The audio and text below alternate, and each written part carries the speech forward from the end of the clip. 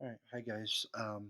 So unfortunately, I have tested positive, so I will not be there in the next couple of days. Today is Monday. I should hopefully be back on Wednesday.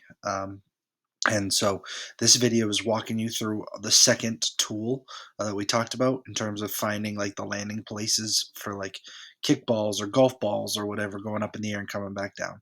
Okay, so we learned about square roots last week. Now we're going to do this other tool called the product property. Okay, now if a product, meaning if two things multiply and they are equal to zero, then one of the factors is zero. Okay, so basically here is if two things multiply to be zero, then I know one or the other has to be equal to zero. Okay.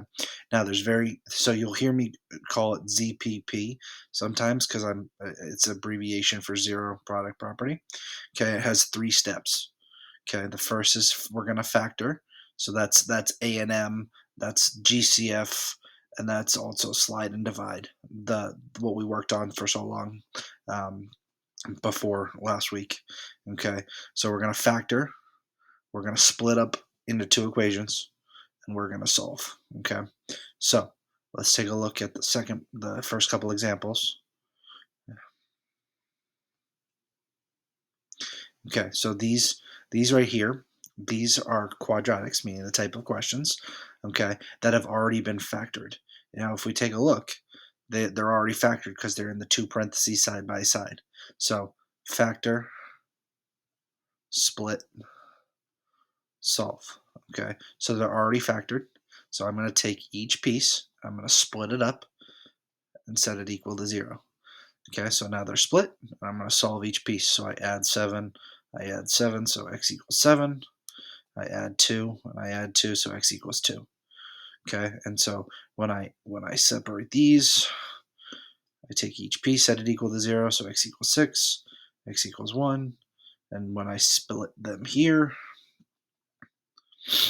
I get -3 when I subtract, and I get x equals +3. Okay, so those are the very, very simple types. Then it gets a little bit more complicated because they're not often are they going to be factored for you. Okay, so they're going to look like this. Remember, these are quadratics because the exponent is 2. Whoops, sorry. Okay, and so we're looking for numbers that add and multiply. Okay, so numbers that multiply to be 10 but add to be -7 would be -5 and -2. So remember, factor, split, solve. So I just factored that one. Because those two things are multiply equals 0, I can split them apart, set each equal to 0, and when I add the 5, I add the 2. There's my two answers.